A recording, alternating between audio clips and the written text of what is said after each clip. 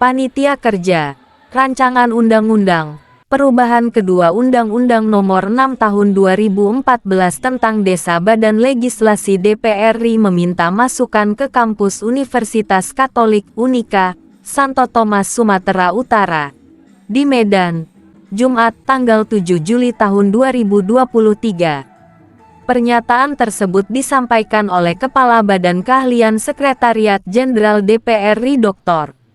Innocentius Samsul, Sarjana Hukum, Master Hukum, pada acara diskusi kelompok terfokus atau Focus Group Discussion, FGD, bertema arah perubahan Undang-Undang Nomor 6 Tahun 2014 tentang Desa, yang dibuka oleh Rektor Unika Santo Tomas Profesor, Dr. Maidin Gultom, Sarjana Hukum, Master Hukum. Pembahasan revisi Undang-Undang Desa terkait perpanjangan masa jabatan Kepala Desa. Pada kesempatan itu, Rektor Unika Santo Tomas Profesor Dr. Maidin Gultom, Sarjana Hukum, Master Hukum, menyatakan turut merasa bangga dan terhormat karena perguruan tinggi yang dipimpinnya ditunjuk menjadi tempat penyelenggaraan FGD pembahasan rancangan Undang-Undang Desa. Kesempatan ini kami menyampaikan terima kasih yang tidak terhingga kepada Sekretariat DPR RI yang telah mempercayakan Universitas Katolik Santo Tomas sebagai mitra dalam penyelenggaraan FGD ini. Universitas Katolik Santo Tomas Medan menyampaikan selamat datang dan terima kasih yang tidak terhingga kepada Bapak Ibu dari Sekjen DPR RI dan kepada ketiga narasumber yang telah menyempatkan waktu untuk hadir di tengah-tengah kita. Semoga setiap benih kebaikan ini mampu menumbuhkan kebaikan-kebaikan lainnya.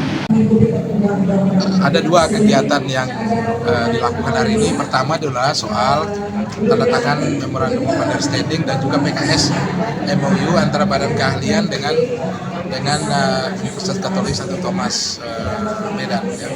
Lalu yang kedua dilanjutkan dengan fokus group discussion mengenai perubahan Undang-Undang Nomor 6 Tahun 2014 tentang desa.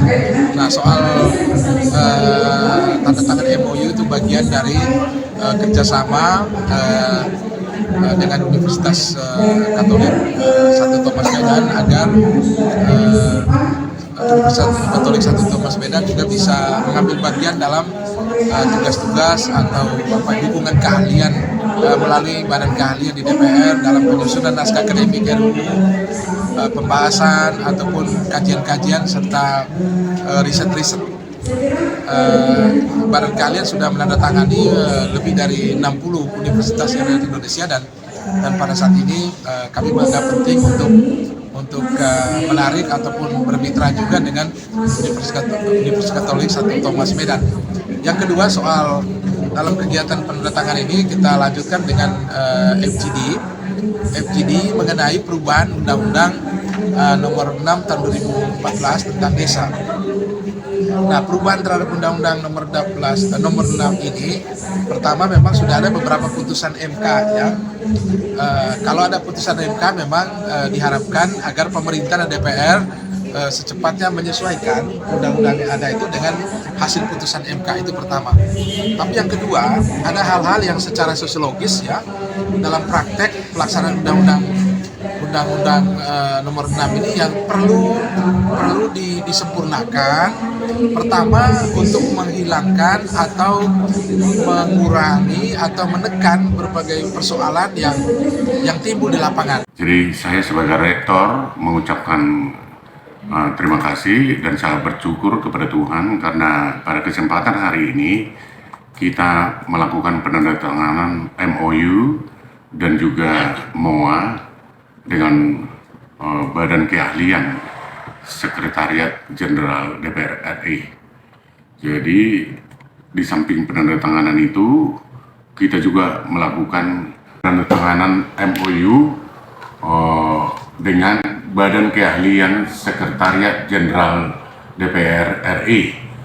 MOU itu dilakukan antara Rektor Unika Santo Tomas dengan Badan Keahlian Sekjen DPR RI. Dan di samping penandatanganan MOU juga dilakukan penandatanganan memorandum of agreement dengan berbagai fakultas, terutama dengan Fakultas Hukum Universitas Katolik Santo Thomas Sumatera Utara, di mana di samping melakukan penandatanganan MOU juga dilakukan forum discussion group FGD tentang perubahan undang-undang desa. Jadi undang-undang desa yang mau dirubah itu sebenarnya harus diperhatikan ketertiban hukum dan ketertiban umum. Jadi dalam hal ini harus mencerminkan ketertiban hukum. Ketertiban hukum itu bisa tercapai kalau peraturan perundang-undangan itu baik secara vertikal maupun secara horizontal tidak saling bertentangan satu sama lain. Umpamanya, undang-undang tidak boleh bertentangan dengan undang-undang dasar.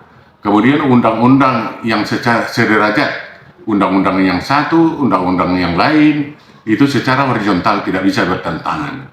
Kalau ini bisa dijaga dan bisa tercapai, maka tercapailah apa yang disebut dengan ketertiban umum hukum. Sedangkan ketertiban umum itu berkaitan dengan perilaku masyarakat maupun perilaku penyelenggara negara. Kapan tercipta ketertiban umum itu? Kalau sesuai aturan hukum, perilakunya itu sesuai dengan aturan hukum. Jadi tidak ada pencurian, tidak ada korupsi, tidak ada penghinaan dan sebagainya. Itu menciptakan ketertiban umum. Jadi itulah yang menjadi topik utama yang didiskusikan dalam forum discussion group. Bagaimana undang-undang desa itu bisa menciptakan ketertiban hukum, di mana aturan tentang desa itu, undang-undang tentang desa itu tidak saling bertentangan baik secara vertikal maupun secara horizontal dengan undang-undang lainnya yang berlaku. Tapi juga harus diperhatikan ketertiban umumnya, perilaku para kepala desa, para aparat desa itu harus sesuai dengan aturan hukum supaya ketertiban umum itu bisa tercapai.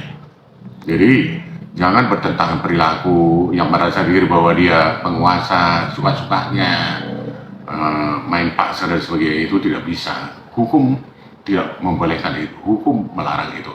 Dan disitulah tercipta ketertiban umum. Itu yang saya pikir. Terima kasih.